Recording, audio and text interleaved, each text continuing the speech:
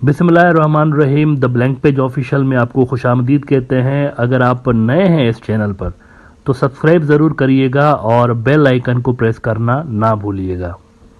पिछले 100 साल से लेकर इंडिया के अंदर एक बहुत बड़ा तारीखी झूठ बेचा जा रहा है अखंड भारत के नाम से। अलबत्ता 47 से पहले 1947 से पहले इसकी शक्ल दूसरी हुआ करती थी। 1947 से पहले हिंदुत्व वाले ये जो झूठ पब्लिक को सुना रहे होते थे तो उसमें वो अफ़गानिस्तान और तिब्बत और इन इलाकों पे फोकस करते थे कि इनको भी हमने कभी वापस लेना है अंग्रेज़ों के जाने के बाद।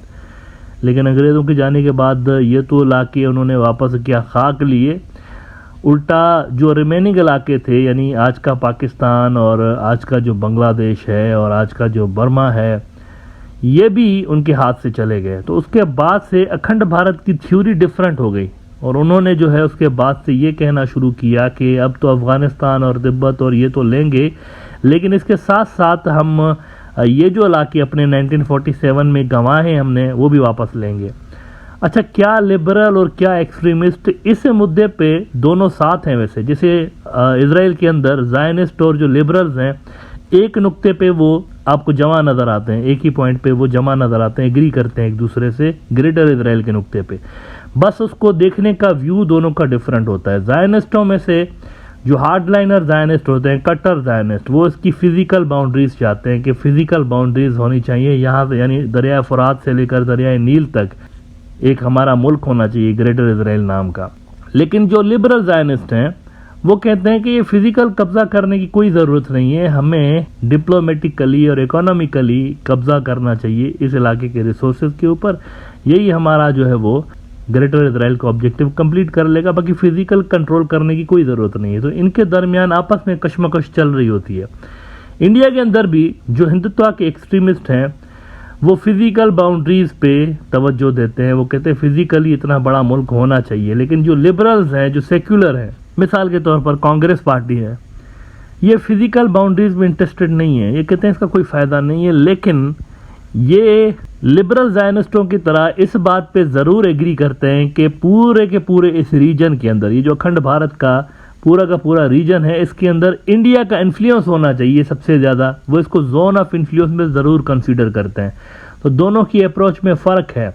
जो सेक्युलर है ना इंडिया के अंदर, जो सेक्युलर पार्टीज़ हैं वो भी एक तरह से अखंड भारत की ही हामी है, लेकिन चीज़ों को देखने का उनका नज़रिया डिफरेंट है। असल में वो कहते हैं कोई ज़रूरत नहीं मार धाड़ करने की और इतना ज़्यादा बखेड़ा मचाने की कोई ज़रूरत नहीं है। इनको हम कब्ज़ा कर भी लेंगे तो कब्ज़ा सस्टेन नहीं कर पाएंगे, क्योंकि डिफरेंट लोग हैं, डिफरेंट कल्चर्स हैं, रिलीजन डिफरेंट है, उनका सारा कुछ अलग अलग है, इस पर कब्ज़ा कर नहीं सकते। अलबत्ता ये हो सकता है कि इनको अपने साथ अलाइन कर लें कुछ इस तरह से कि ये हमारे बिना इधर उधर देखें भी ना। तो सेक्युलर्स जो है ना कांग्रेस पार्टी वाले और ये, इनका नज़रिया है अखंड भारत का ही, लेकिन बहुत ज़्यादा डिफरेंट है हिंदुत्व वालों से। अब पिछले दिनों इंडिया की पार्लियामेंट के अंदर ये जो एक तस्वीर लगाई गई है, एक मॉडल रखा गया है अखंड भारत का इंडियन पार्लियामेंट के अंदर। ये इंटरेस्टिंग बात है। इसके बारे में मैंने चंद रोज़ पहले बात की थी, आपको बताया था कि ये एक हरकत कर दी गई है और इसमें मुझे तो कोई ताज्जुब नहीं हुआ। बहुत सारी मैं देख रहा हूँ पार्टियाँ रीजन के अंदर, नेपाल में और बांग्लादेश से भी आज खबरें आ रही हैं कि वहाँ पर भी कुछ पार्टियों ने एतराज़ किया है कि ये क्या हो रहा है इंडिया के अंदर। तो मुझे तो कोई हैरत नहीं हुई, क्योंकि ये तो सारी दुनिया जानती है कि बीजेपी जो है वो आरएसएस की पॉलिटिकल विंग है, उसकी सब्सिडरी है, उसका हिस्सा है, उसका पार्ट है आरएसएस का। आरएसएस बिगर ऑर्गेनाइजेशन है, मदर ऑर्गेनाइजेशन, और बीजेपी उसका बच्चा है। तो आरएसएस खुद चूंकि चुनाव की सियासत नहीं करती, तो चुनाव की सियासत के लिए उन्होंने अलग से पार्टी बनाई थी बीजेपी वाली, और इसको फिर वो सपोर्ट करते रहते हैं। तो आरएसएस का ही ये नज़रिया है अखंड भारत का। तो मुझे बिल्कुल भी ताज्जुब नहीं हुआ, क्योंकि इंडिया पे बीजेपी की हुकूमत है तो वो तो इसी नज़रिए के हामी हैं, इसी आइडियोलॉजी पे बिलीव करते हैं कि फ़िज़िकल बाउंड्रीज होनी चाहिए इतनी बड़ी इंडिया की। I was surprised. लेकिन कुछ मुल्क हैरान हैं। बांग्लादेश के अंदर मुझे बड़ा ताज्जुब हुआ कि अवामी लीग ने इस पे कोई रिएक्शन ही नहीं दिखाया, और रिएक्शन दिखाना तो दूर की बात है। उनके जो मंत्री हैं उनसे जब सवालात किए गए इस बारे में कि महाराज ये क्या हो रहा है इंडिया के अंदर, हमारे मुल्क का नक्शा अपने मुल्क में उन्होंने क्यों ऐड किया है भाई, तो इस पे उन्होंने कुछ ऐसा इजहार किया, ऐसा एक्सप्रेशन दिया कि मतलब जैसे कि उनको पता ही ना हो, छुन्ने काके हों ये कि अखंड भारत क्या होता है या ये क्या उन्होंने किया, उनको पता ही ना हो। प्रथम आलो एक बड़ा न्यूज़ आउटलेट है बांग्लादेश का, इनकी तरह आप ये आज की स्टोरी देखें। कहते हैं कि अखंड Bharat map provokes sharp reaction in Dhaka. अब जाहिर है वो तो आना था ढाका के अंदर, बांग्लादेश के अंदर तो अक्सरियत ऐसे लोगों की है जो कि बहुत सेंसिटिव है इस मुद्दे पे, और वो रिएक्ट करते हैं अगर इस तरह की कोई चीज़ होती है इंडिया के अंदर से। लेकिन ये रिएक्शन जो आया है ये अवामी लीग से नहीं आया। कहने का मतलब ये है बीएनपी वालों ने और दूसरी पार्टियों ने किया है। अवामी लीग वाले अभी भी देख रहे हैं इस मुद्दे को कि क्या करना है। प्रथम आलो कह रहा है कि opposition BNP has criticised and protested the making of such a map. The party has said this is an insult to sovereign Bangladesh. BNP Secretary General Mirza Fakhrul Islam Alamgir, speaking to Pratham Alo, said displaying Bangladesh as part of undivided map of any other country is a threat to country's independence and sovereignty.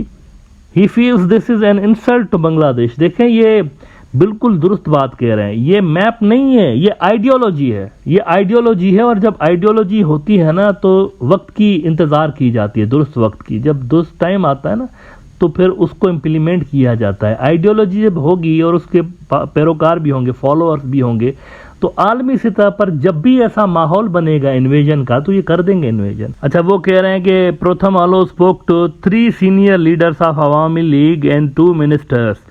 They were unwilling to comment on the matter.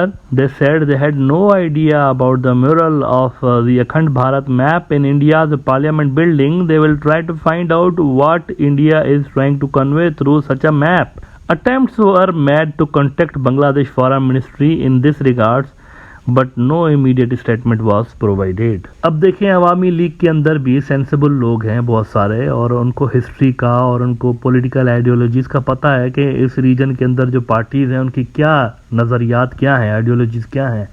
यकीनी तौर पर उनको पता होगा कि अखंड भारत क्या है और बीजेपी की क्या आइडियोलॉजी है, वो क्या फ्यूचर में करना चाहते हैं, किस चीज़ की उन्होंने शपथ उठा रहे होते हैं उनके लोग। आपको पता है प्रॉपर अखंड भारत की ओथ लिया जाता है। जब भी कोई आरएसएस के अंदर आता है ना, मेंबरशिप हासिल करता है, ओथ लिया जाता है। उस ओथ के अंदर ये भी इंक्लूडेड होता है कि मैं अखंड भारत के कयाम के लिए तन मन धन सब कुछ लगा दूंगा। ये भी ओथ का हिस्सा होता है कि कुछ भी करना पड़ जाए, मेरी जान भी चली जाए तो मैं अखंड भारत बनाऊंगा। इस तरह से ओथ लिया जाता है, फिर वो पार्टी के अंदर आरएसएस के अंदर आता है, और आरएसएस से ही फिर वो बीजेपी के अंदर शामिल होता है। तो ये असल में उनके कहते हैं ना तरबियत का हिस्सा होता है कि किसी दिन जब भी मौका मिलेगा तो हम बना लेंगे इस तरह से।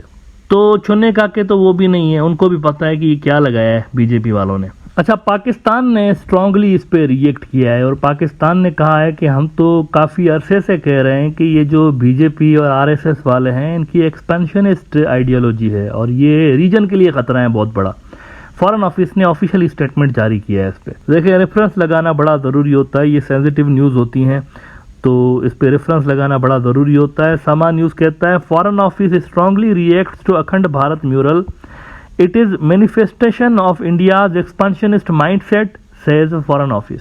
इनके एक मिनिस्टर ने, असल में बीजेपी के मिनिस्टर ने, और बाकी भी कई इनके जो ऑफिशियल मीडिया कम्युनिकेशन जिनके ज़रिए ये कर रहे होते हैं, तो उन सारों ने ये कहा था कि दिस शोज आवर रिजॉल्व, कि हमने अखंड भारत एक दिन बनाना है। उन्होंने ये स्टेटमेंट्स भी, यानी सिर्फ ये लगाया नहीं है, इसके साथ उन्होंने ये भी जारी किए स्टेटमेंट्स के ये हमारा लक्ष्य है, ऑब्जेक्टिव है। अच्छा, पाकिस्तान के अलावा नेपाल वालों ने भी इस पे क्रिटिसाइज़ किया इंडिया को कि ये आपने किस किस्म की बेहुदा चीज़ अपनी पार्लियामेंट के अंदर लगा दी हुई है। उनके भी पॉलिटिशियंस ने एहतजाज किया है, प्रोटेस्ट किया है अपनी गवर्नमेंट के सामने कि ये इंडिया ने क्या किया, आप इस पर आवाज़ उठाएं।